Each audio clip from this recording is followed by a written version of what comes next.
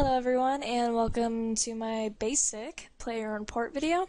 I remember when I first started player on ports, because it was the day of when it came out, I was really confused on what to do. Although they give you a tutorial which you are required to complete before you begin anything, really, it can still be extremely confusing. There's so many different buttons you can press up here.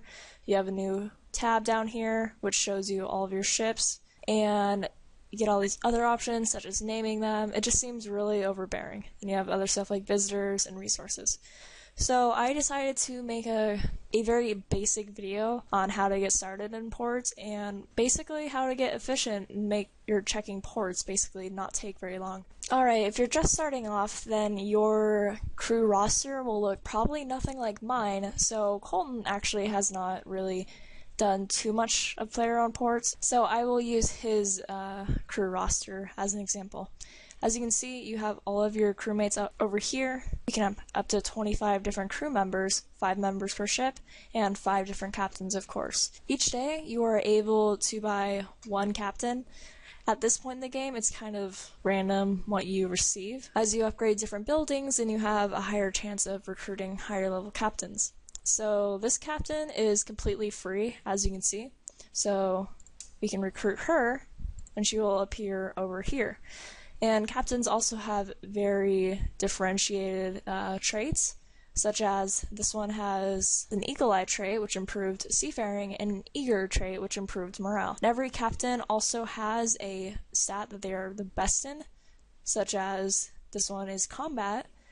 And then the other stats will be a little bit lower than this. However, as you can see, with that trait bonus, it's 90 instead of the original 50, which we bought for. So captains, you can kind of win some, lose some. I've gotten a captain that has 2 bad traits. But if we come back over here, we can see we have no captain available since we purchased it for today. As we can see over here, this stowaway also does not have a price. So we can recruit him.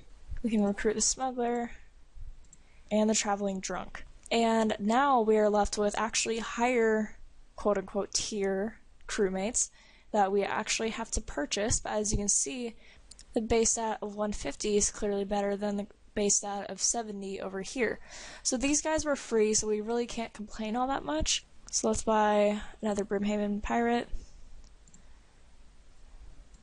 Catherby fisherman, rock chef, and then see, as you can tell, it's kind of random what you get. But since these are free, you might as well keep doing these. Alright, and so once you have some crewmates, go to your ships tab and choose one of the 2 ships to go with. And you will notice that you have a lot of different options here to improve your likelihood of returning successfully from a voyage. So if we go to our voyage list, we can see that we have 3 voyages on display here, and 15 others as well. And then we also have some special voyages. Alright, so there are various things to improve your score up here, which right now we're trying to get 1200 seafaring for our special voyage. And we can check down here how close we are. 797 out of 1200, so 66% of the way. Success rate also right here. And then the duration is 30 minutes long, about. And so your voyages start off awfully short. And so, once we make sure our crew's all good, we can start checking the deck items, which also improves various stats. Right now we have morale selected, and we don't want that, so we will stick with the seafaring item, weathered rigging.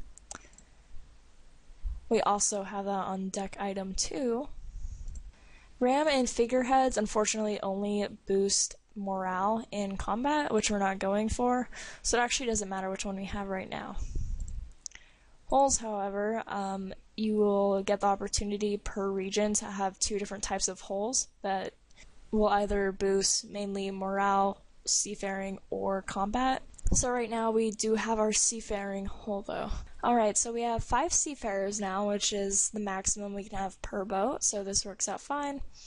And let's say I need another Brimhaven pirate or the stowaway for combat.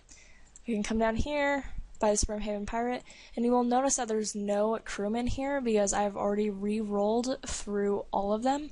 You can click this button to sift through the crewmen, but bear in mind that if you re-roll, that you will not be able to get that specific crewman back again except through luck. So be careful what you do, and notice down here it says new crew in 23 hours.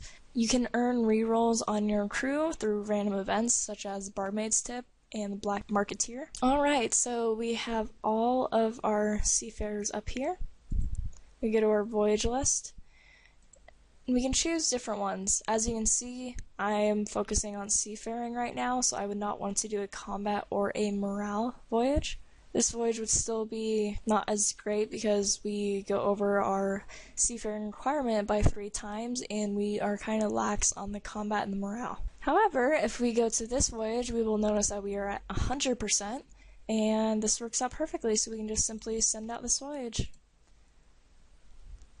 And if we can click edit ship, it will bring us to this message saying this is what your crew is doing, and here is when they will be back. So if you were to log in while you have a ship at sea, it will actually tell you that you have ships at sea, and when it gets back, it will also tell you that it is back. So another important thing about ports is the upgrade buildings.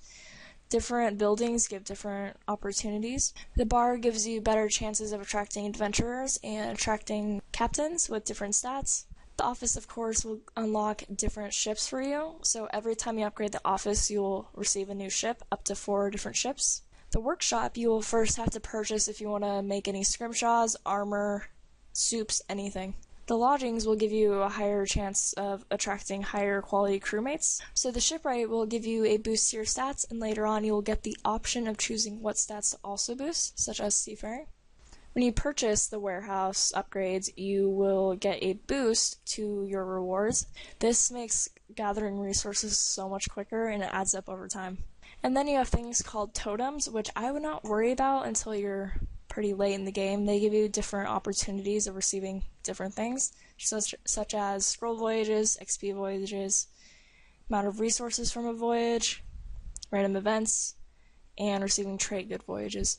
So we have 4 totem pole hotspots, and then you have an icon hotspot, and these all cost 1,000 chimes and give you the opportunity to attract different adventurers.